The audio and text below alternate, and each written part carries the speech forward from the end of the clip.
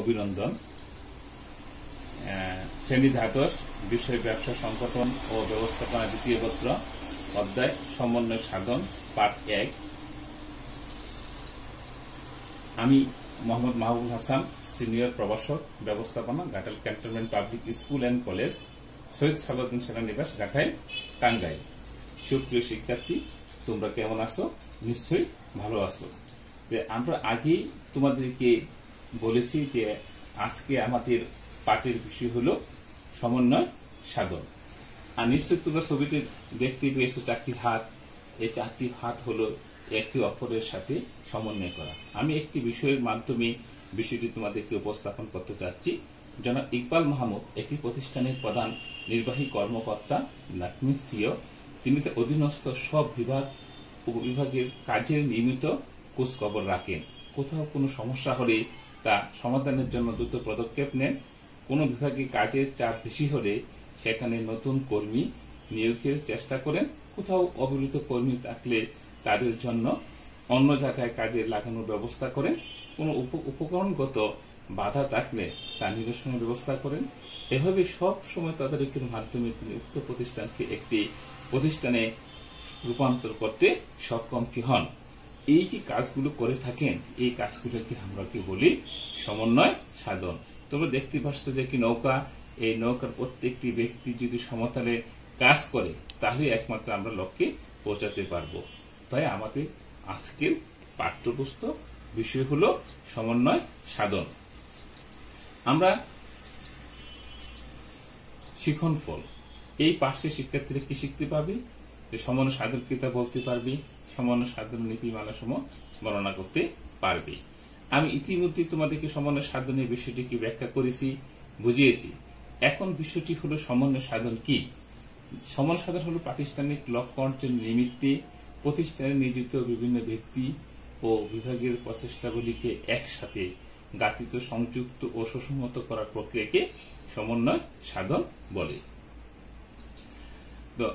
সমন্বয় সাধনের নীতিমালা সমূহ একটি বিষয় শিক্ষার্থীরা তোমরা খেয়াল করে থাকো। নীতি হলো তোমার আইনগতভাবে পালন করতে বাধ্য নয়, তবে যদি নীতিমালাগুলো কেউ অনুসরণ করে থাকে তাহলে প্রতিষ্ঠান নিশ্চয়ই সাফল্য অর্জন করতে পারবে। তাই একজন ব্যবস্থাপককে সবসময় তার নীতিমালা সমূহ অনুসরণ করে একটি প্রাতিষ্ঠানিক লক্ষ্য অর্জনের জন্য কাজ করে থাকে। আমরা এই সমন্বয় নীতিমালাগুলো এক এক করে আমরা আলোচনা করব। লক্ষ্য বা উদ্দেশ্যের রক্ষের নীতি, প্রারম্ভের শুরু নীতি, আদেশের রক্ষ নীতি, নিরবচ্ছিন্নতা নীতি, দলীয় সমঝোতা নীতি, প্রত্যক্ষ যোগাযোগের নীতি, ভারসাম্য নীতি, নমনীয়তা নীতি, অনানুষ্ঠানিক সম্পর্কের নীতি। আমরা প্রথমে যে আলোচনা করব যে তোমরা দৃশ্যতে দেখতে পাচ্ছ যে গোল, দ্যাট মিনস লক্ষ্য। লক্ষ্যের ঐক্যের নীতি।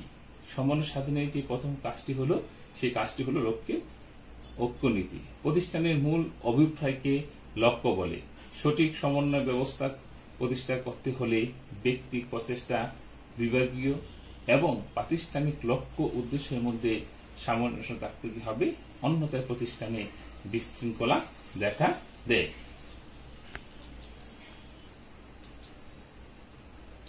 আমরা একটি ছবির মধ্যে খেয়াল করো যে প্রারম্ভের শুরুর নীতি।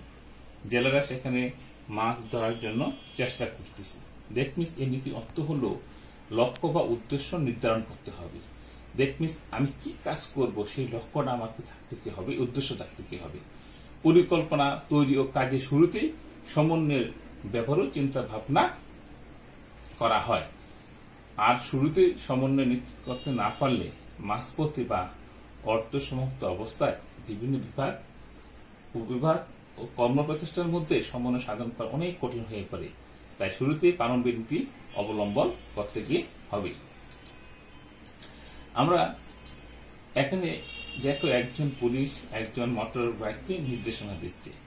দ্যাট মিনস আমরা সেটিকে বলি আদেশের ঐক্য নীতি। আদেশের ধারা একক উৎসাহ থেকে অব্যাহত থাকলে তা পালনে কর্মীদের মধ্যে দ্বিধাদ্বন্দ্ব হয় না। অর্থাৎ একজন কর্মীকে একজন নির্বাহীর কাছ থেকে আদেশ পেতে হবে, আর একান্ত প্রয়োজনে কর্মীকে একাধিক নির্বাহী আদেশ দিলেও তাতে অবশ্যই সামঞ্জস্য থাকতে হবে, এতে সুষ্ঠু সমন্বয়ের সাথে সুশৃঙ্খল নিশ্চিত হবে। একসাথে একাধিক নির্বাহীর আদেশ পালন করলে কর্মী দ্বিধাদ্বন্দ্ব পড়ে এবং তিনি কাজ করতে তার সমস্যা হয়। তাই অবশ্যই আদর্শিক ঐক্যনীতি থাকতে হবে। নিরবচ্ছিন্নতা নীতি। ব্যবস্থাপকের প্রতিটি কাজ পর্যায়ক্রমে ধারাবাহিক ও বিরামহীনভাবে করাকে নিরবচ্ছিন্নতা নীতি বলে। কোনো পণ্যের চাহিদা বেশি থাকলে তার নিরবচ্ছিন্ন উৎপাদন বজায় রাখতে কি হবে, কোনো পণ্যের চাহিদা কম থাকলে সেখানে উৎপাদন কম করতে কি হবে। এইভাবে আমাদের যে নিরবচ্ছিন্নতা নীতিকে অনুসরণ করতে কি হবে।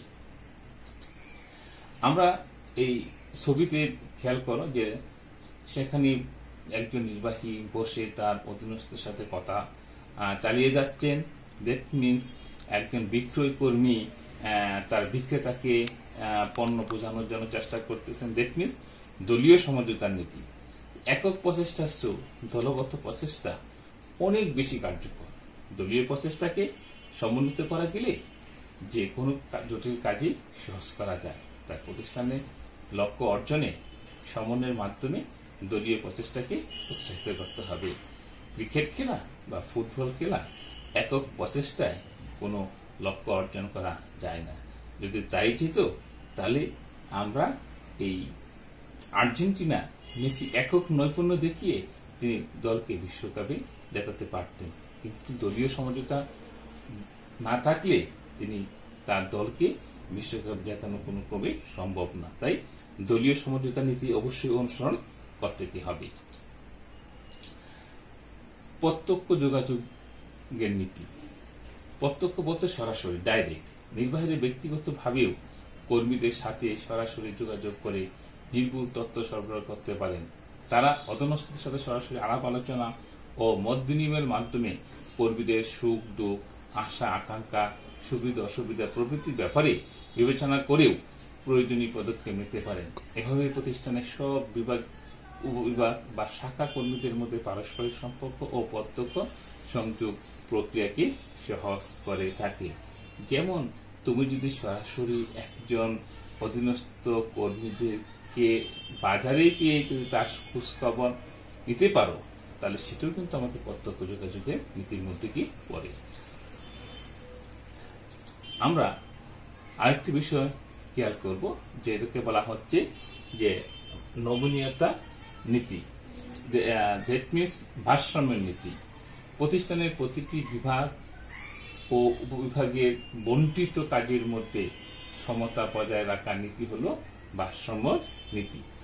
কোনো এক বিভাগে যদি কাজের গতি বেশি থাকে, সেখানে লোকবল কম থাকে, তাহলে অন্য বিভাগ থেকে লোক এনে সেখানে কাজে যোগ দিতে হবে। কোনো বিভাগে সামর্থ্য তুলনা অতিরিক্ত দায়িত্ব দিলে সেকে অতিরিক্ত জনবলও নিয়োগ দিতে কি হবে। নমনীয়তার নীতি। আমরা জানি যে ব্যবসা প্রতিনিয়ত পরিবর্তনশীল, আর এই পরিবর্তনশীল সমাজের সাথে আমাদের নমনীয়তা নীতি খুবই কার্যকর। পরিবর্তনশীল সমাজ ব্যবসা জগতে প্রায় বিভিন্ন সংযোজন, বিয়োজন, সংশোধন, পরিবর্তন, পরিমার্জন প্রভৃতি প্রয়োজন হয়। সমন্বয় প্রক্রিয়া একটি পরিবর্তনের সাথে সংগতিপূর্ণ হতে হবে, আর এই জন্য প্রতিনিয়ত হালনাগাদ তথ্যাদি বিনিময় করতে হবে। যেমন জরুরি পণ্যের চাহিদার ক্ষেত্রে আমাদের অনানুষ্ঠানিক সম্পর্কের নীতি। অনেক ক্ষেত্রে আনুষ্ঠানিক সম্পর্কের চেয়েও অনানুষ্ঠানিক সম্পর্ক সমন্বয় প্রক্রিয়াকে অনেক বেশি কার্যকর করে হয়। তাই ব্যবস্থাপনাকে প্রতিষ্ঠান সর্বত্র আনুষ্ঠানিক সম্পর্ক উন্নয়নের মাধ্যমে যে কোনো জটিল কাজও দ্রুত করা যায়। কার্যসমূহ সুসংগতকরণের নীতি। সংগঠনের বিভিন্ন ব্যক্তি, বিভাগ ও উপবিভাগের মধ্যে অবিচ্ছেদ্য ও দৃঢ় সম্বন্ধ বা সংযোগ স্থাপনের নীতিকে সুসংগতকরণের নীতি বলা হয়। আর পারস্পরিক সমন্বয়ের কাজ অনেক দ্রুত ও সহজ হয়। দলীয় কাজ। শিক্ষার্থীরা তোমরা দুটি দলে ভাগ হয়ে সমন্বয় সংশ্লিষ্ট নিম্নাক্ত কাজ কোনটি কোন নীতির আলোকে পড়ে তা গণনা করতে হবে। গ্রুপ ক, তোমাদের মিস্টার কবির প্রতিষ্ঠানের সকল ব্যক্তিকে বোঝাতে চেষ্টা করছেন যে একের সাথে অন্যের মিলে না চললে কখনোই লক্ষ্য অর্জন করা সম্ভব হবে না। জনাব মুশফিক প্রতিটি ব্যক্তি অভিভাবকের কাজকে এমন ভাবে বন্টন করেন যাতে সবাই স্বাচ্ছন্দ্যে অর্পিত দায়িত্ব পালন করতে পারেন। মিসেস চৌধুরী মনে করেন একজন ঊর্ধ্বতনের নিকট থেকে নির্দেশনা পেলে কাজের সমন্বয়হীনতা দেখা যাবে না। মিস্টার বিশ্বাস প্রতিষ্ঠানের এমন নীতি গড়ে তুলেছেন যাতে বিভিন্ন ব্যক্তি ও বিভাগ প্রয়োজনে অন্যের সাথে সরাসরি যোগাযোগ করে কাজ সম্পাদন করতে পারে। এবার গ্রুপ ক্ষয়ের মধ্যে আসছে আমাদের জনাব হক কাজ শুরুর পূর্বেই প্রতিষ্ঠানের মূল উদ্দেশ্য ঠিক করে তার আলোকে বিভিন্ন বিভাগের উদ্দেশ্য ঠিক ও পরিকল্পনা গ্রহণ করেন। জনাব জহির প্রতিষ্ঠান নির্দিষ্ট নিয়মের বাহিরে গিয়েও যাতে অধস্তনরা একের সাথে অন্যের মিলে প্রতিষ্ঠান উন্নয়ন কাজ করতে পারে তা নিশ্চিত করতে চান। জনাব মারমা মনে করেন সমন্বয় নিয়ন্ত্রণ বা পরিকল্পনার মতো কাজ নয়, তাই কখনো কোনো কাজ যেন সমন্বয়ের বাহিরে না থাকে তা তিনি নিশ্চিত করতে আগ্রহী। মিস্টার সরকার কড়া নির্দেশনা প্রতিটি কাজের শুরু থেকেই দলীয় প্রচেষ্টা ও সংহতি বিষয়টাকে মুখ্য বিবেচনা নিয়ে কাজ করবেন। এবার আমরা মূল্যায়নে যাব। মূল্যায়নে জানি বিভিন্ন ব্যক্তি ও বিভাগের কাজকে এক সূত্রে গাঠিত করার কাজকে কি বলে? নির্দেশনা, নেতৃত্ব, সমন্বয় ও সংগঠন। সমন্বয় নীতি অন্তর্ভুক্ত নিচে কোনটি? কার্য বিবেচনা নীতি, নিয়মানুবর্তিতা নীতি, দলীয় সমঝোতা নীতি, উদ্যোগ নীতি। দলীয় সমঝোতা নীতি মেনে চললে প্রতিষ্ঠানে কোন ধরনের সমন্বয় ব্যবস্থা গড়ে ওঠে? স্বতঃস্ফূর্ত, বাধ্যতামূলক, আনুষ্ঠানিক, অনানুষ্ঠানিক। সমন্বয়ের ক্ষেত্রে নিচের কোন নীতিটি সবচেয়ে গুরুত্বপূর্ণ? শৃঙ্খলা নীতি, নির্দেশনা ঐক্য নীতি, লক্ষ্যের ঐক্য নীতি ও নমনীয়তা নীতি। বাড়ির কাজ। মিস্টার আরিফ সাধারণ ব্যবস্থাপক, তিনি বিভিন্ন বিভাগের প্রধানদের সভা করে সামনের বছরে প্রাতিষ্ঠানিক লক্ষ্য নির্ধারণ করেন। এরপর তার আলোকে বিভিন্ন বিভাগের বার্ষিক লক্ষ্য স্থির করে পরিকল্পনা প্রণীত হল। অতঃপর তার আলোকে প্রত্যেক বিভাগ ত্রৈমাসিক পরিকল্পনা গ্রহণ করে কাজ শুরু করল। প্রতি মাসের শেষে বিভাগীয় প্রধানগণ স্বেচ্ছায় একত্রে বসে প্রত্যেকের কাজের অবস্থা, অগ্রগতি ও করণীয় নির্ধারণ করা কাজের সমঝোতা ও সংহতি পরিলক্ষিত হয়। মিস্টার আরিফ বিভাগীয় প্রধানদেরও কাজে সন্তুষ্ট। সমন্বয় নীতি কি? সমন্বয় কি? সমন্বয়ের পূর্ব শর্ত বলতে কি বোঝায়? মিস্টার আরিফ প্রতিষ্ঠানের কাজের শুরুতে সমন্বয়ের কোন নীতিমালা প্রয়োগ ঘটেছে তা ব্যাখ্যা করো। স্বতঃস্ফূর্ত সমন্বয় ব্যবস্থা গড়ে ওঠায় মিস্টার আরিফের প্রতিষ্ঠান সামনে এগিয়ে যাবে। বক্তব্যের যথার্থতা বিশ্লেষণ করো। সবাইকে ধন্যবাদ।